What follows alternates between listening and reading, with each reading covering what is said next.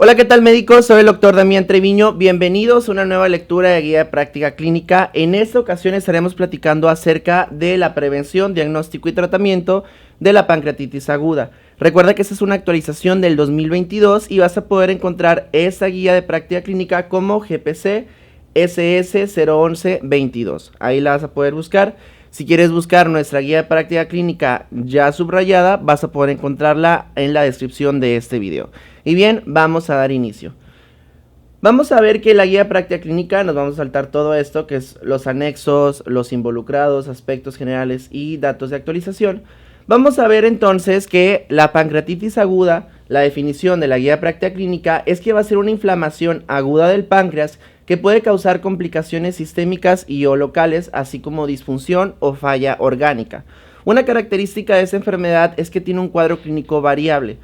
Bien puedes presentarte con una pancreatitis leve que se permaneces 2 o 3 días hospitalizado o inclusive ni siquiera meritas hospitalización, hasta una pancreatitis que puede ser mortal o que puede ser muy severa. La mayoría afortunadamente va a ser leve y va a ser autolimitada.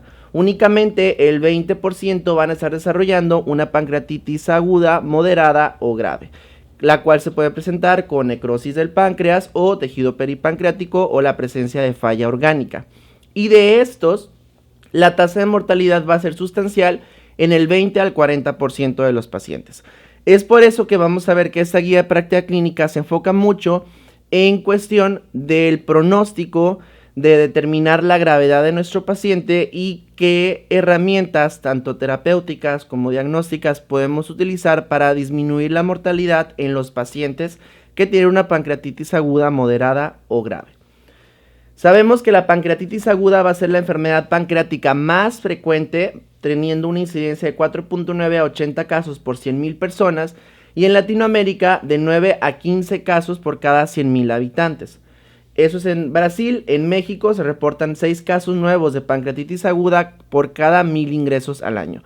O sea, es una enfermedad que sí es prevalente, que a pesar de que nosotros creamos que es una enfermedad difícil de diagnosticar o difícil de tratar, eso no le quita el hecho de que sea una enfermedad que se presente muy comúnmente tanto en las áreas de urgencias como en las áreas de medicina interna y en las áreas de cirugía general.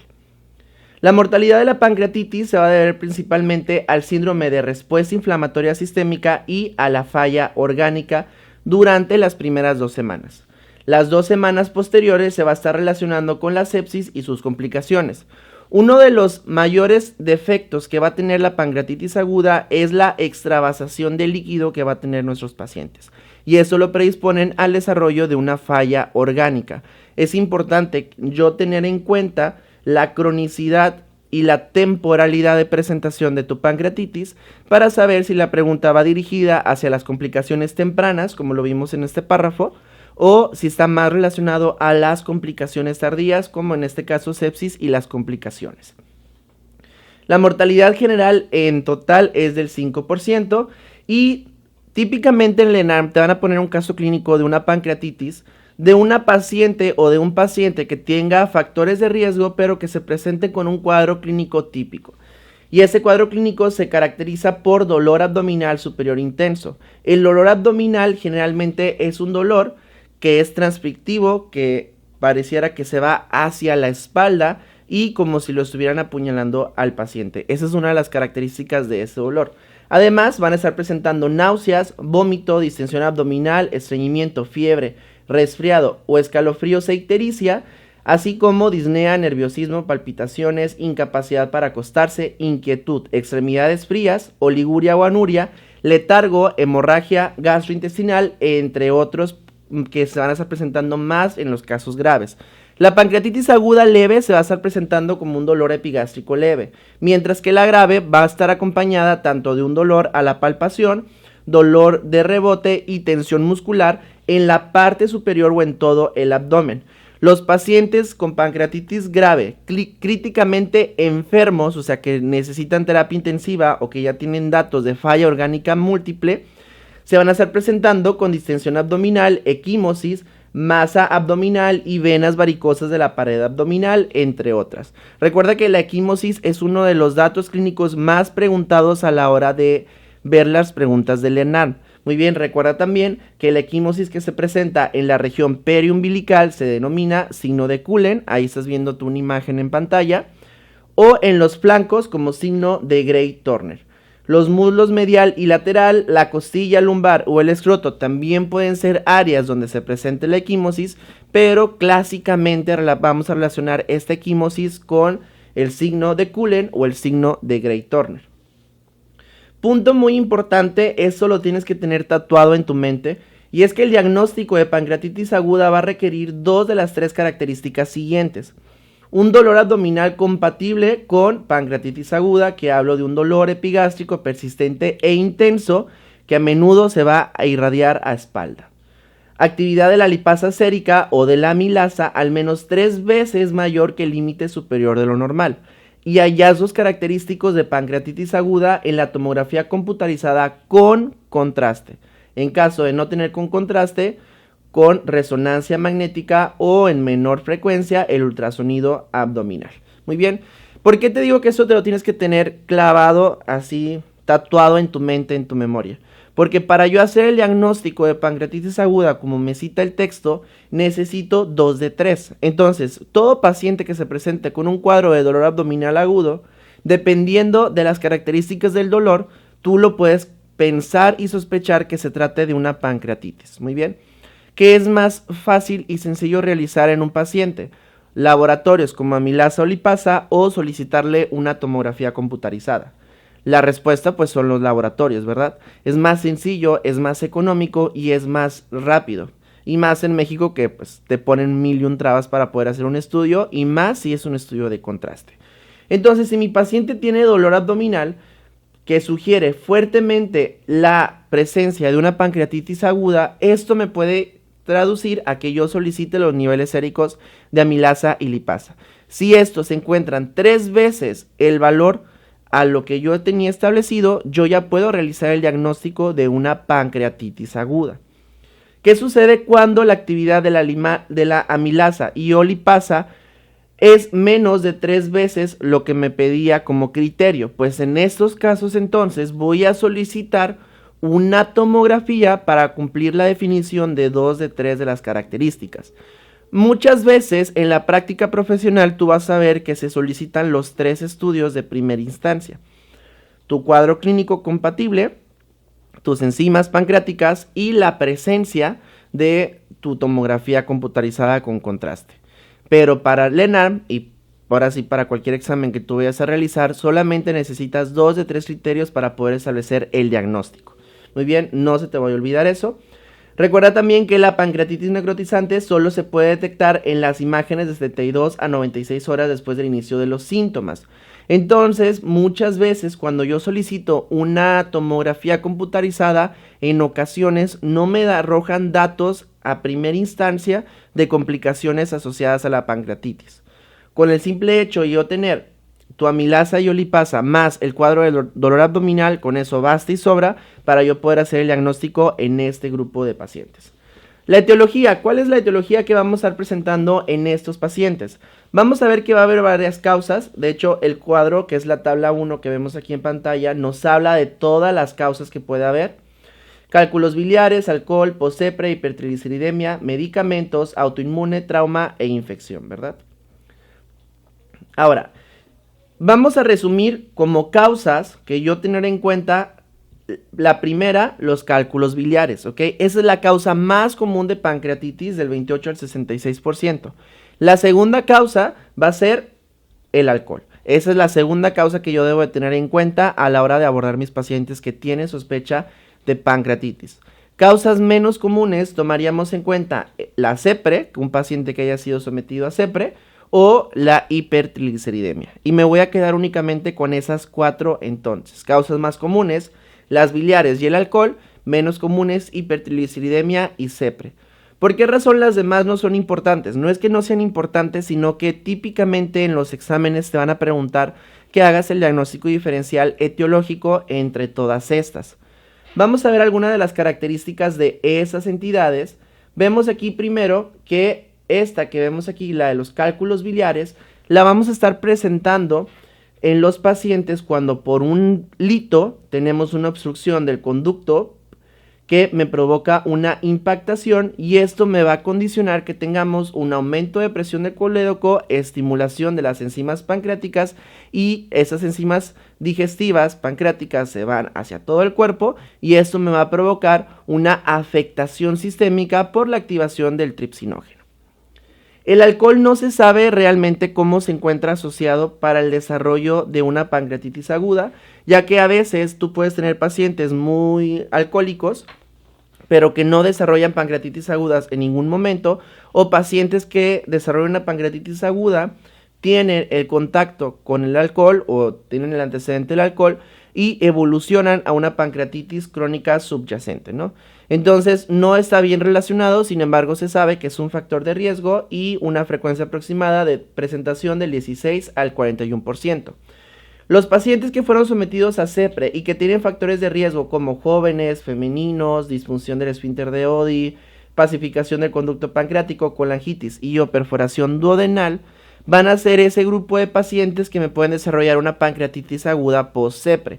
Realmente hacer el abordaje etiológico en esos pacientes no es complicado, te deben de poner el antecedente quirúrgico de la CEPRE o diagnóstico de la CEPRE y tú ya tienes que pues conducir si puede o no puede ser esta la causa. La hipertrigliceridemia, a pesar de que tiene del 1 al 8% de presentación, es de los más bajitos que se va a estar presentando, es un cuadro típico muy común en Latinoamérica debido a la gran cantidad de pacientes que tenemos con hipertrigliceridemia. Inclusive a veces tenemos pacientes que se presentan con 1500 o 2000 de triglicéridos, pero que además tienen cálculos biliares. Tú te puedes ir con la finta que se trata de una pancreatitis biliar, pero cuando obtienes los estudios de imagen ves que los litos son pequeños, que no han migrado, no hay evidencia de migración y todo apunta a que la causa pues fueron los triglicéridos. Entonces es importante que lo tengas como diagnóstico diferencial a la hora de hacer la valoración etiológica de estos pacientes. Todos los demás no son tan importantes como quinto. Si tú quieres tener un poquito más de seguridad, me quedaría con la de los medicamentos, que es del 2 al 5%. Todos los que sean 6-mercaptopurina, sulfonamidas, algunos diuréticos, van a estar relacionados con el desarrollo de una pancreatitis aguda, pero no es tan común. Muy bien. Continuamos con esto de la guía de práctica clínica y ahora nos hablan acerca de la clasificación y la gravedad y los marcadores pronósticos. Habíamos dicho entonces que la gravedad se puede definir como leve, moderadamente grave o grave según la clasificación revisada de Atlanta. Muy bien. Esta clasificación divide la gravedad de la enfermedad en 3 grupos según la presencia de falla orgánica, que puede ser transitoria, menor de 48 horas, y persistente, que es mayor de 48 horas, y la presencia de complicaciones locales o sistémicas, ¿verdad? Entonces la leve tendremos como ausencia de complicaciones locales, sistémicas y o falla orgánica, muy bien. Moderadamente grave, complicaciones locales o sistémicas y en ausencia de falla orgánica persistente, y grave cuando tenemos la presencia de una falla orgánica persistente. Realmente esta clasificación no es complicada, no es difícil de realizar y eventualmente nosotros vamos a poder interpretarla fácilmente con los datos clínicos que me den en un caso clínico. Si me están diciendo que mi paciente tiene necesidad de uso de aminas vasoactivas, pues no va a ser una pancreatitis aguda leve, va a ser una pancreatitis grave, ¿verdad? Algunos otros términos que vamos a tener que se utiliza en la clasificación de Atlanta y las definiciones, ahora sí que con respecto a esta clasificación, son esos que vemos aquí. Fase temprana, menos de una semana después del inicio. Fase tardía, más de una semana. ¿Por qué es importante estas dos? Porque dependiendo de la presentación de cuadros clínicos asociados, de pronóstico de sepsis, de pronóstico de mortalidad, vamos a tener que se puede dividir entre si es en la fase temprana o es en la fase tardía. Complicaciones agudas, las primeras 4 semanas incluyen las colecciones de líquido peripancreático agudo y colección necrótica aguda, y las complicaciones tardías que ocurren después de las 4 semanas y que me incluye el pseudoquiste pancreático y la necrosis amurallada. Clasificaciones de pancreatitis ya las revisamos. Pancreatitis aguda edematosa intersticial es un tipo de pancreatitis aguda que se caracteriza por la inflamación difusa y el agrandamiento del páncreas. En la TAC contrastada tenemos un realce homogéneo del parénquima con tiras de grasa peripancreática a su alrededor. La necrotizante va a ser un tipo de pancreatitis aguda que, como su nombre lo dice, pues tiene necrosis del tejido pancreático y los tejidos peripancreáticos. En la TAC contrastada tú vas a visualizar áreas hipodensas sin realce o mínimamente realzadas dentro del parénquima y solo en tejidos peripancreáticos o en ambos. Ambos tienen mayor mortalidad y nivel de gravedad. La edematosis intersticial es menos grave, menor mortalidad, limitada, ¿ok? Y leve, mientras que la necrotizante pues es la forma ya un poquito más severa. Colección líquida peripancreática, pues la presencia, como su nombre lo dice, de un líquido homogéneo peripancreático. Colección necrótica aguda, la presencia de tejido pancreático con una colección y necrosis, ¿no? Que no tiene una pared definida. Pseudoquiste pancreático es una complicación tardía, generalmente se relaciona a la pancreatitis aguda edematosa intersticial y tendremos aquí una cápsula que me va a estar definiendo un líquido homogéneo con poca o ninguna necrosis en su interior. Y la necrosis amurallada, que también es una complicación tardía, va a ser la pancreatitis aguda necrotizante con una colección encapsulada bien definida y necrosis del parénquima pancreático o la grasa peripancreática, retroperitoneal o la presencia de ambas. Recuerda que tendremos complicaciones agudas que va a ser la presencia de la colección de líquido peripancreático y la colección necrótica aguda y complicaciones tardías que va a ser el pseudoquiste pancreático y la necrosis amurallada. No se te olvide esto, ya que es importante a la hora de yo hacer el abordaje diagnóstico en este grupo de pacientes. El tratamiento, alguna de las revisiones, vamos a ver las recomendaciones más adelante como quiera. Vemos que la reanimación hídrica va a ser piedra fundamental a la hora de valorar a estos pacientes. Y esto se debe a la intensa reacción inflamatoria sistémica que sucede, que como desenlace me va a provocar una hipovolemia por la presencia de vómitos, mala ingesta, disminución en la ingesta de líquidos de vía oral, acumulación de líquidos dentro y alrededor del páncreas y fuga de líquidos de los vasos sanguíneos. Esto me provoca un estado de choque sistémico y hipovolémico, y esto por ende va a terminar desarrollando una falla orgánica múltiple si no se da un tratamiento adecuado. El objetivo es restaurar el volumen de líquido entonces. Sin embargo, vamos a ver que ustedes encontrarán ciertas estrategias en cuanto a reanimación, definiéndolas en dos grandes grupos como reanimación intensiva y reanimación estándar o ahora sí que un poquito más lenta. Algunas evidencias que nos ponen a continuación es que independientemente de la estrategia que tú vayas a utilizar, la solución que se recomienda es la solución de Ringer lactato o de Harman, y que la administración de líquidos se recomienda que no sea agresiva para disminuir el riesgo de sobrecarga, sino más bien tratar de ir hacia objetivos de reanimación hídrica, que son esos que nosotros vemos aquí abajo. Frecuencia menos de 120 latidos por minuto, presión arterial entre 65 y 85, diuresis arriba de 0.5 a 1 mililitro kilo hora y un hematocrito entre 35 a 44%. Si cumplimos esos objetivos, vamos a reducir la mortalidad en los pacientes siempre y cuando utilicemos un tratamiento de rehidratación adecuado, no agresivo, no intensivo. Muy bien.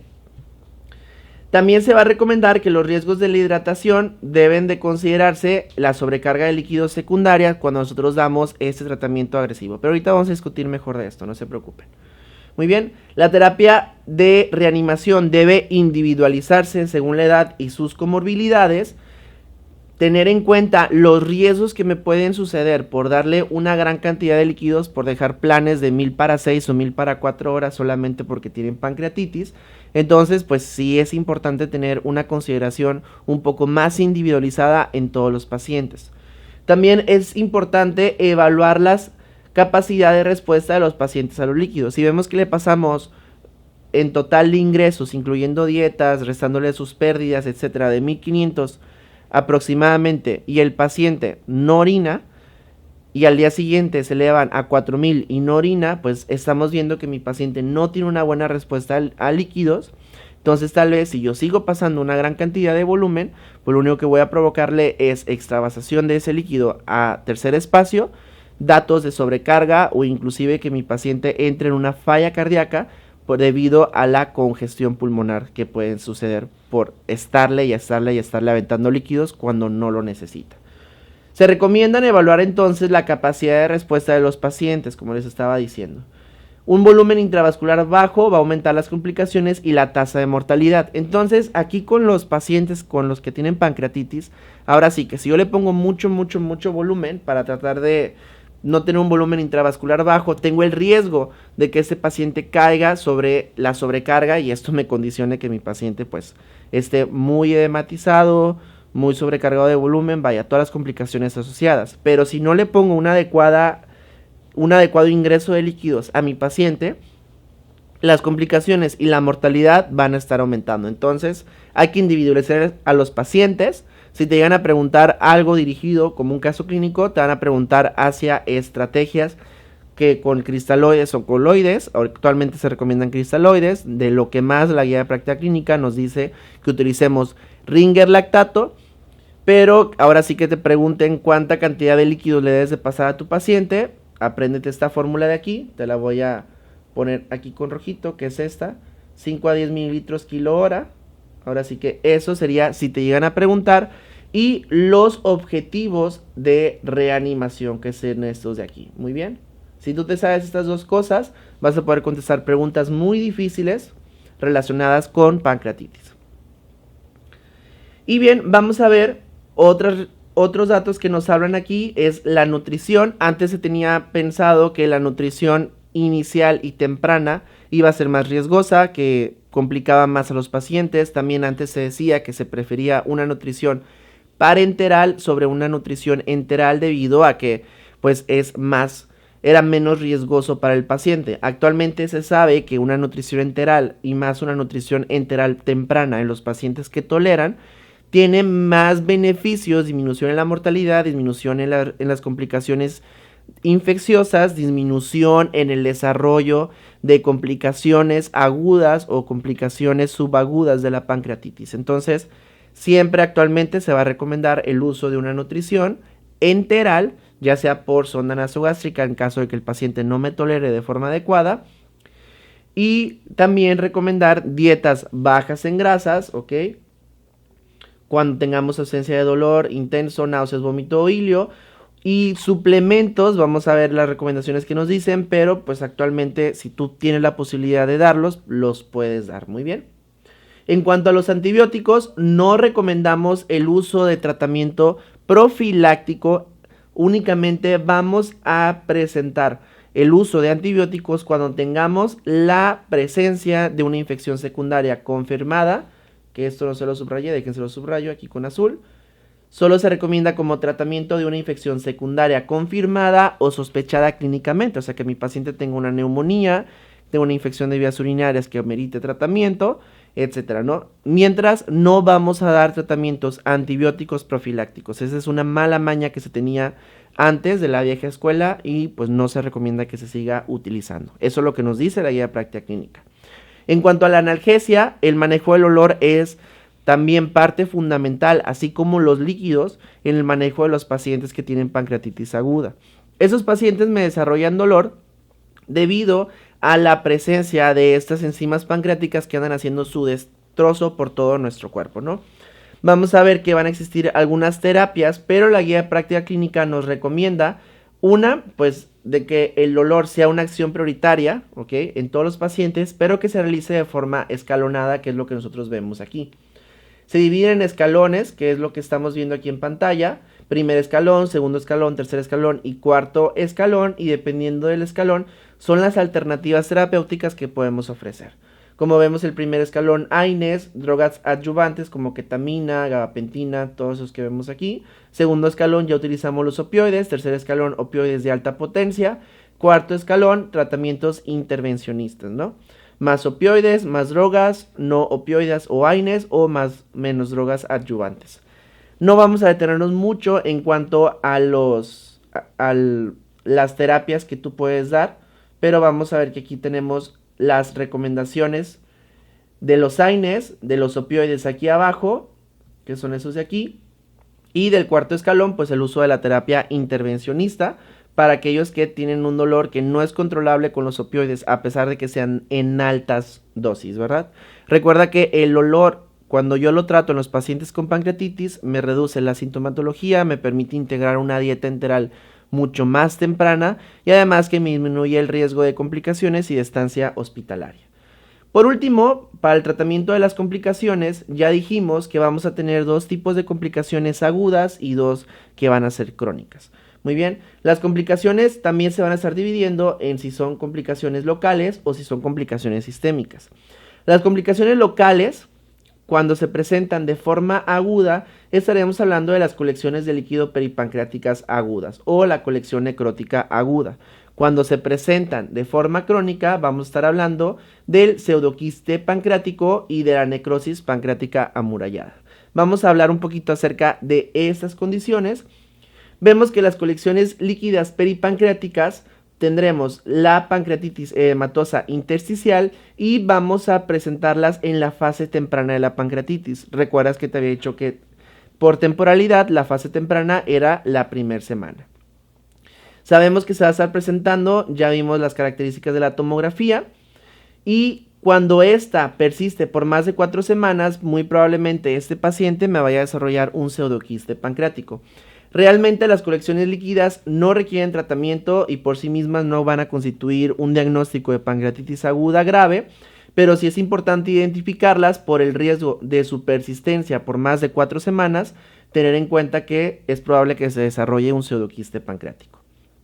La colección necrótica aguda la vamos a presentar igual en las primeras 4 semanas y tendremos nosotros una colección que contiene cantidades variables de líquido y tejido necrótico.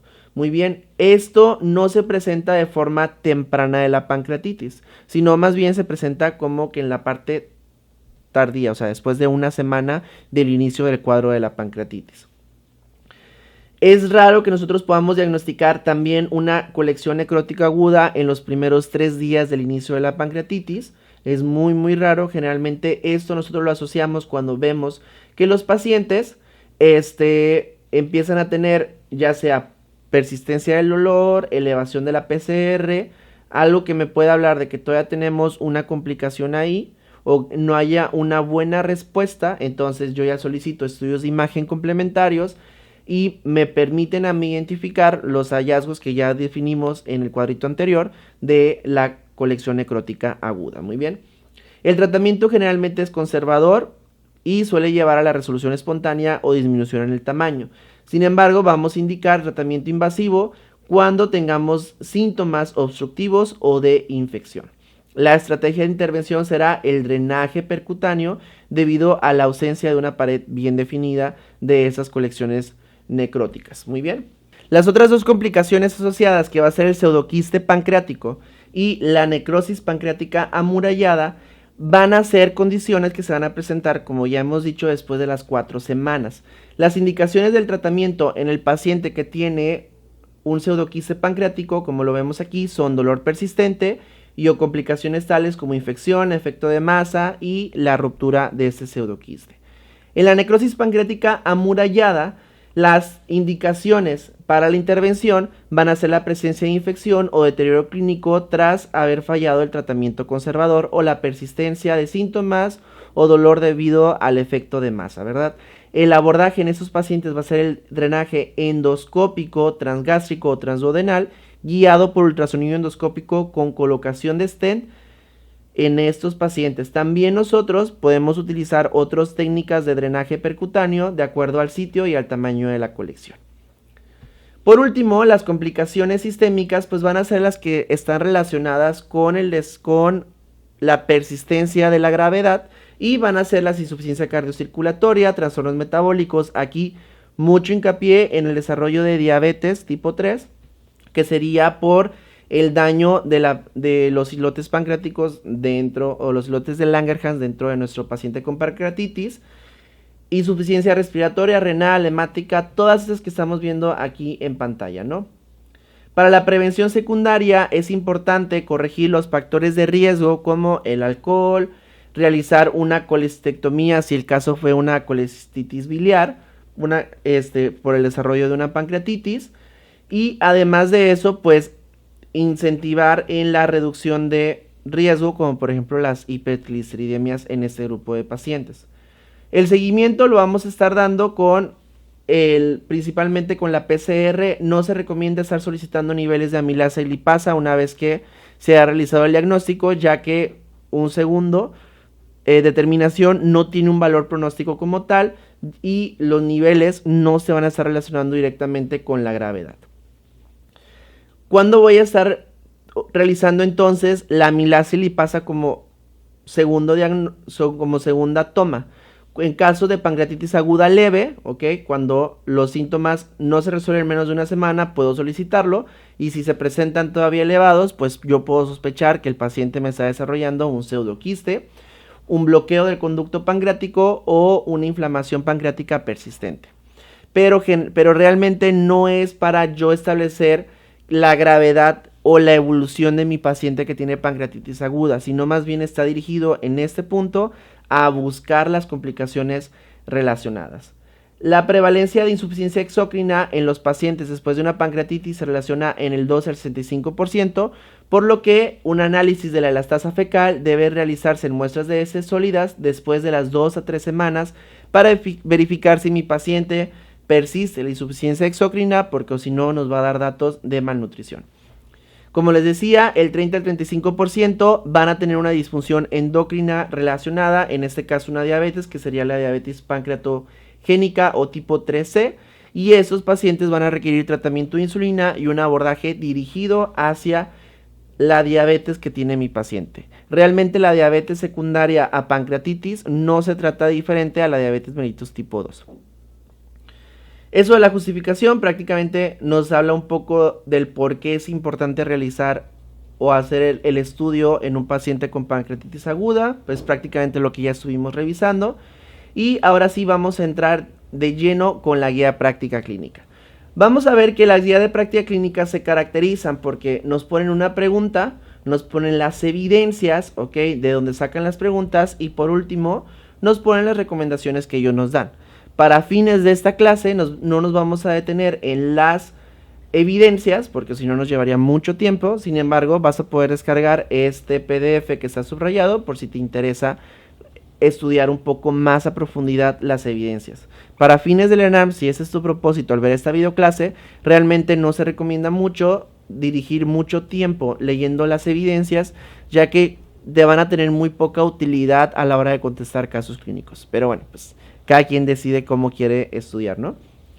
¿Cuál es la primera pregunta es, ¿cuál es la precisión y utilidad diagnóstica de las enzimas pancreáticas, el ultrasonido abdominal, tomografía computarizada, resonancia magnética, colangiopancreatografía retrógrada endoscópica y ultrasonido endoscópico en los pacientes que tienen pancreatitis aguda? Muy bien, pues aquí nosotros vemos, las evidencias nos dicen que cualquiera de esos estudios por sí solo tiene una eficacia para detectar oportunamente un paciente que tiene un cuadro de pancreatitis. Voy a estarle realizando a todos los pacientes, y como recomendación clave me lo ponen, la solicitud de amilasa o lipasa cuando tengan sospecha de pancreatitis aguda. Si esto sale positivo, recuerda que ya estaría confirmando, ahora sí, 2 de 3 criterios, y por ende puedo realizar el diagnóstico de pancreatitis aguda. Utilizaré el ultrasonido de hígado y vías biliares en los pacientes que tienen pancreatitis aguda y que yo tengo sospecha de que pueden estar cursando con colelitiasis. Muy bien, si no presenta colelitiasis o no tiene datos para sospechar de una colelitiasis, no voy a realizar el ultrasonido de hígado y vías biliares. Si yo sé que mi paciente trae triglicéridos de 2000 o de 3000, pues no va a ser un estudio que solicitaré de primera instancia. Muy bien. Se va a recomendar la tomografía en los pacientes con sospecha de pancreatitis aguda que no cumplen criterios diagnósticos. Muy bien, entonces la tomografía por sí sola no se va a solicitar de primera instancia. Si a ti te llegan a poner un caso clínico de que cuál es el primer estudio que vas a realizar en los pacientes que tienen pancreatitis, la respuesta correcta no es tomografía computarizada, es amilasa y lipasa. Si estos salen negativos, solicito la tomografía para poder cumplir los criterios 2 de 3. Cuando yo solicito laboratorios, estudios de imagen, etcétera, aquí nos ponen mucho hincapié que todo sea de forma secuencial. Se sugiere realizar lipasa en pacientes con sospecha de pancreatitis aguda y más de 3 días del inicio del cuadro y realizar resonancia magnética en aquellos pacientes que no tengan criterios, o sea, que no puedan realizarse una tomografía computarizada, pero que no me cumplen los criterios diagnósticos con el puro cuadro clínico o con las enzimas pancreáticas. En cuanto al pronóstico, ¿cuáles son los marcadores pronósticos más útiles? Aquí nos ponen una gran cantidad de marcadores, realmente nos ponen el índice de neutrofilolinfocitos, la procalcitonina, la PCR, el calcio, la albúmina, vaya, son un montonal. Muy bien. La recomendación que nos dicen es que tú vas a utilizar los marcadores de acuerdo a la escala pronóstica que se esté utilizando. De todos estos marcadores, ¿cuál es el que tiene mayor, ahora sí que posibilidad para que me desarrolle un evento o que sea necesario? Para fines del ENARM nos vamos a quedar con la PCR. La PCR es la que se va a estar relacionando de una forma más, ahora sí, directa con la gravedad de mi paciente, y es importante utilizarla para hacer el seguimiento pronóstico de este grupo de pacientes.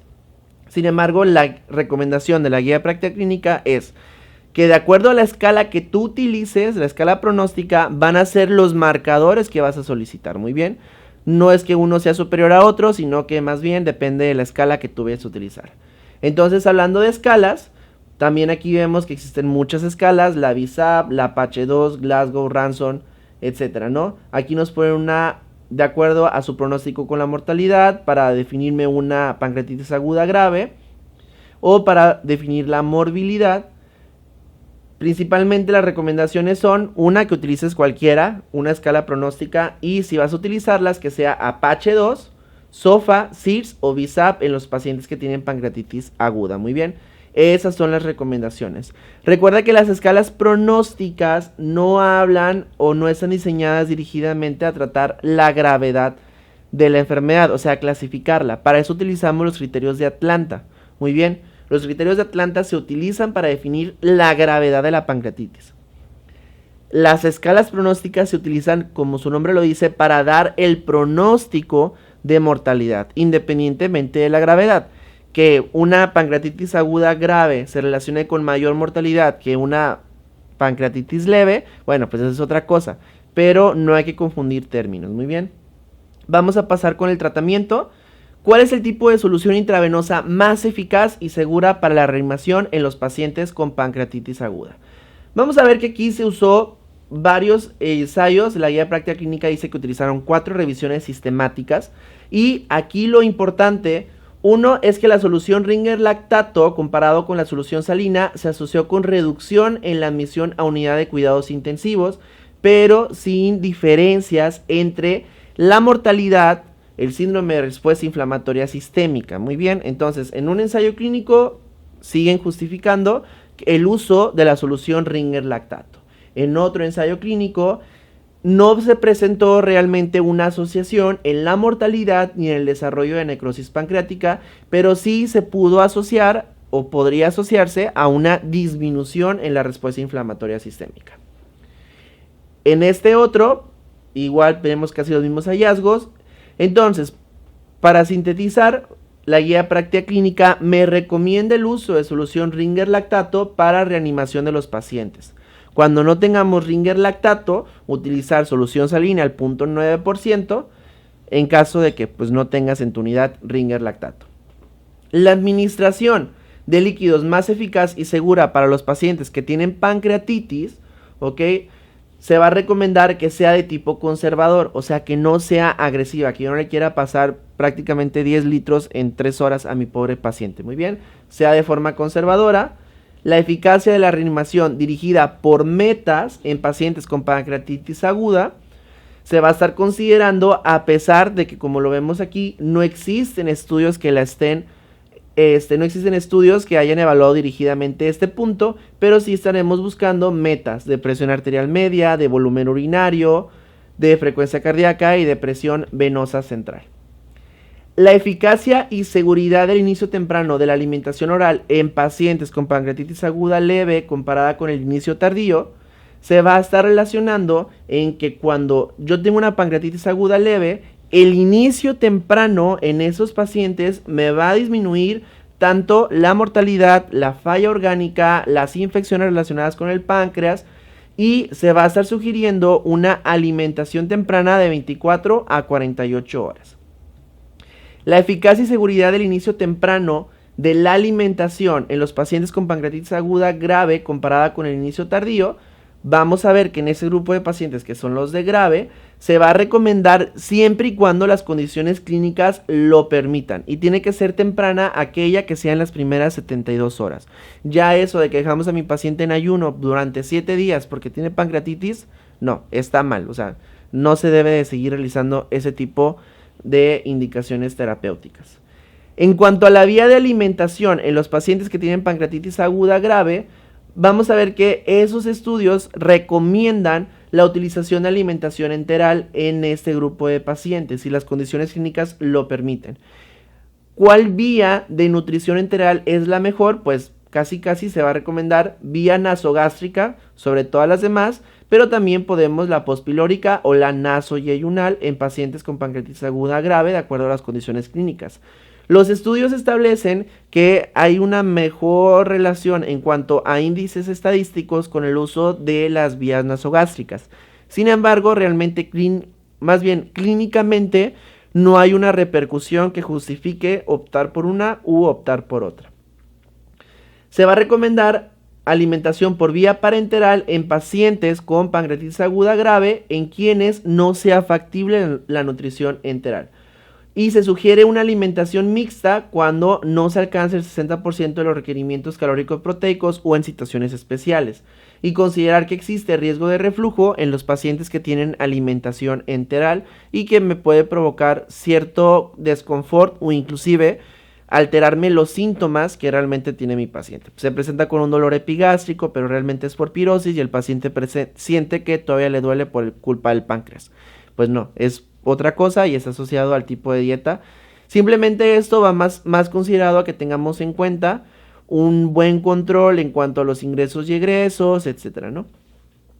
Se sugiere utilizar sondas de alimentación de plástico compatibles con la mucosa como silicón o poliuretano y utilizar bombas de infusión enteral en pacientes con pancreatitis aguda grave y nutrición por vía enteral. Se sugiere la progresión a la vía oral en pacientes con pancreatitis aguda grave y nutrición mediante sonda cuando no exista contraindicación de la vía oral. Muy bien.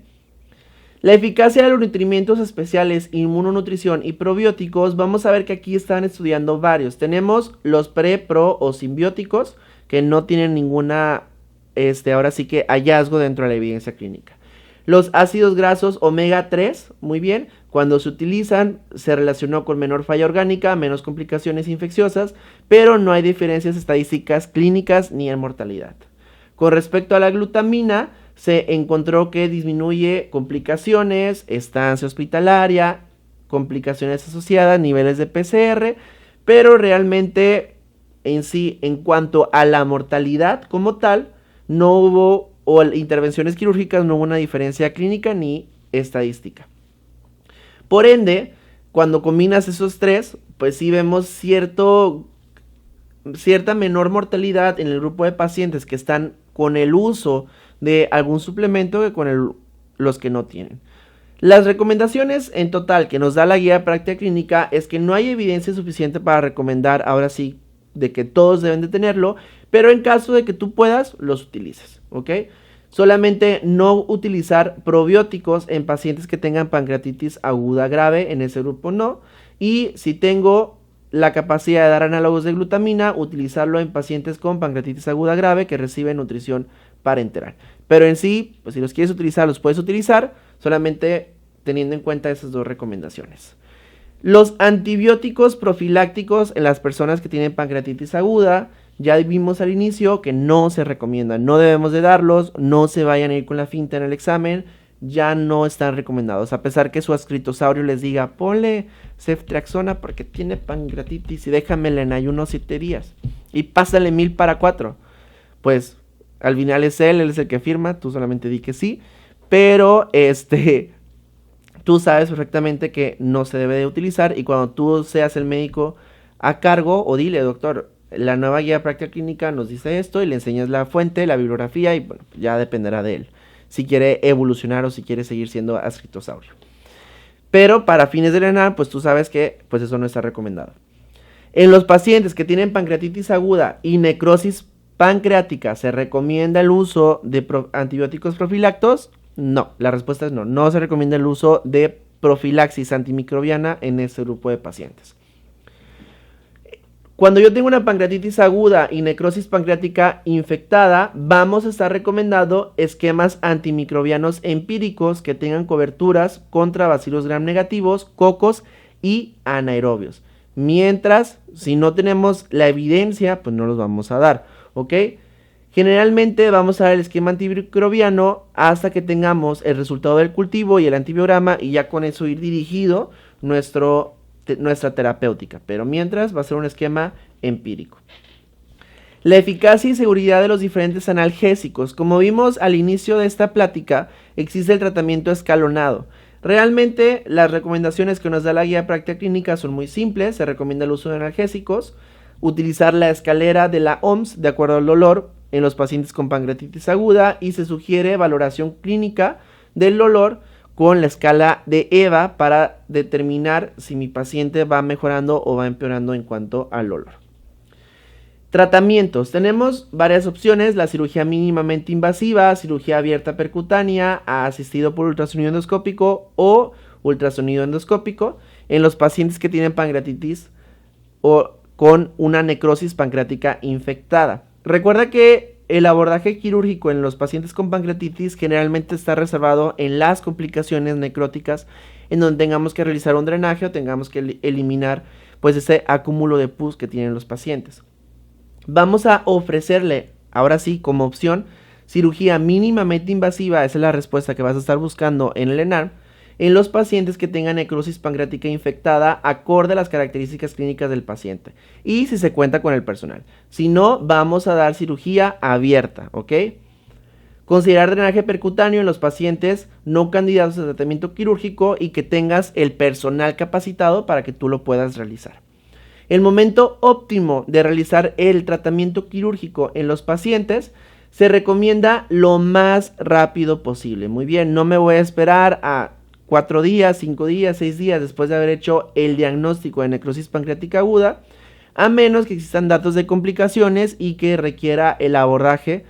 Ahora sí que primero el control de las complicaciones asociadas y después ya darle el tratamiento quirúrgico. Muy bien, pero como quiera esto no sería una contraindicación porque mientras más días el paciente desarrolle la pancreatitis infectada, pues mayor va a ser su cuadro de sepsis, de choque séptico y obviamente su mortalidad. Eficacia y seguridad de los diferentes tratamientos de pseudoquiste pancreático. Ya vimos que esa es una de las complicaciones ahora sí que crónicas, secundarias, y que generalmente esos pacientes pues yo voy a tener que individualizar de acuerdo a las características del pseudoquiste.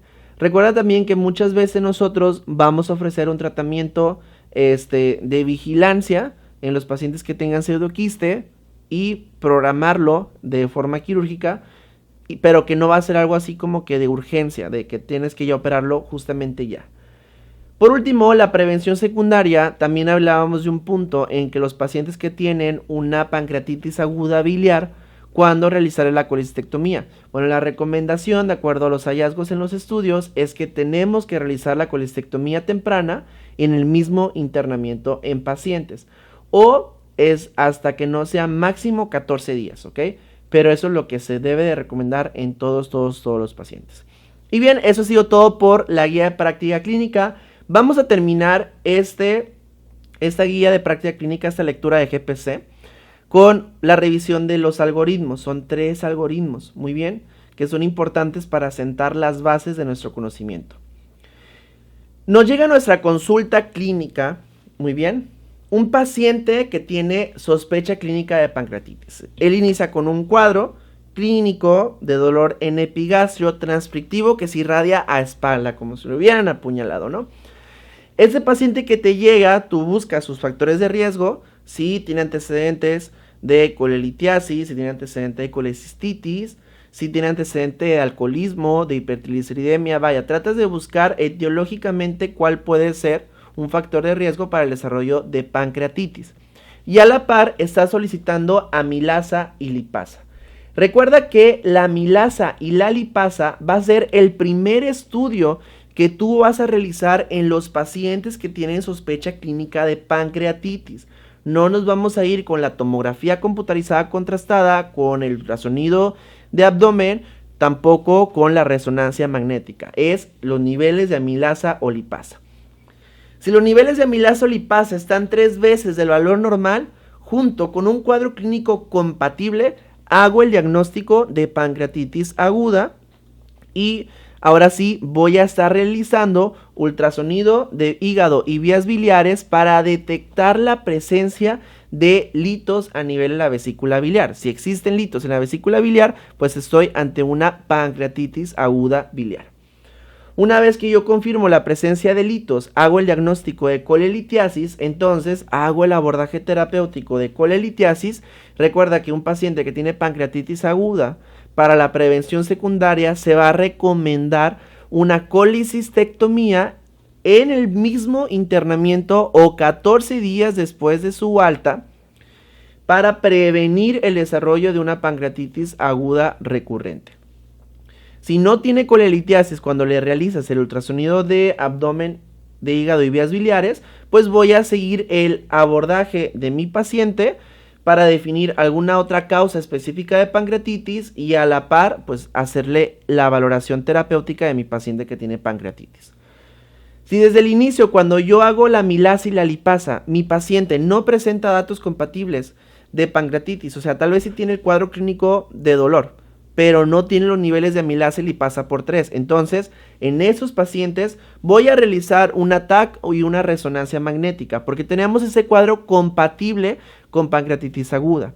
En caso de que no tenga un cuadro compatible de pancreatitis aguda, pero que sí tenga elevación de amilasa o lipasa, ahí ya va a ir más dirigido el expertise clínico del médico que está tratando al paciente, ¿no? Obviamente, si mi paciente presenta un dolor en cuadrante superior derecho, con amilasa elevada ligeramente, y no parece que sea un cuadro de pancreatitis aguda, pues tal vez lo ideal sería solicitar un ultrasonido de hígado y vías biliares. Pero bueno, entonces si mi paciente tiene datos clínicos sugestivos de pancreatitis, le realizo la TAC y resonancia magnética y con esto me arrojan datos compatibles de pancreatitis aguda, pues entonces yo ya hago el abordaje clínico de que mi paciente tiene pancreatitis aguda. Y si no, pues tengo que buscar diagnósticos diferenciales. El tratamiento médico de la pancreatitis, que es el pilar para el abordaje de esos pacientes, tiene que incluir la clasificación de la gravedad. Recuerda que utilizamos la clasificación de Atlanta y la clasificación de Atlanta me va a definir en leve, moderadamente grave y grave. Leve, el paciente que se presenta únicamente con dolor abdominal. El moderadamente grave, el que se presenta con ya complicaciones asociadas. Y el grave, el que se presenta con datos de respuesta inflamatoria sistémica. El siguiente punto en el abordaje terapéutico de los pacientes que tienen pancreatitis aguda es la reanimación hídrica. Va a ser de tipo conservador, no se va a recomendar de forma agresiva y la solución que se va a estar recomendando de acuerdo a la guía de práctica clínica es la solución Ringer lactato, o sea, vamos a estar utilizando Harman. Indicaremos analgesia y evaluaremos de acuerdo a la escalera analgésica que me dicta la OMS y doy a dar inicio temprano de la alimentación en las primeras 72 horas. Si la alimentación enteral es factible, entonces realizo una alimentación enteral, ya sea una alimentación por vía oral o por sonda nasogástrica, postpilórica o nasoyeyunal en caso de que así mi paciente lo requiera. Si sabemos que la alimentación enteral no es factible, voy a dar alimentación parenteral y recuerda que aquí la guía de práctica clínica me dice que puedo dar análogos de glutamina en los pacientes que están con alimentación parenteral. Y por último vamos a ver que un paciente que tiene una pancreatitis necrótica infectada o la necrosis pancreática infectada, el tratamiento inicial va a ser con un tratamiento antimicrobiano empírico. Dijimos que tiene que ir contra gram negativos, que tiene que ir contra anaerobios, es de amplio espectro.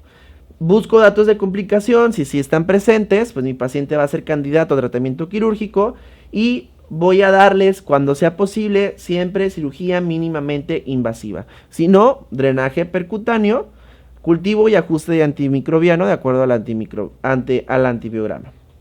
En caso de que mi paciente necesite tratamiento quirúrgico, muy bien, y no es factible la cirugía mínimamente invasiva, entonces voy a dar abordaje quirúrgico abierto, cultivo y ajuste del antimicrobiano de acuerdo al antibiograma. Muy bien.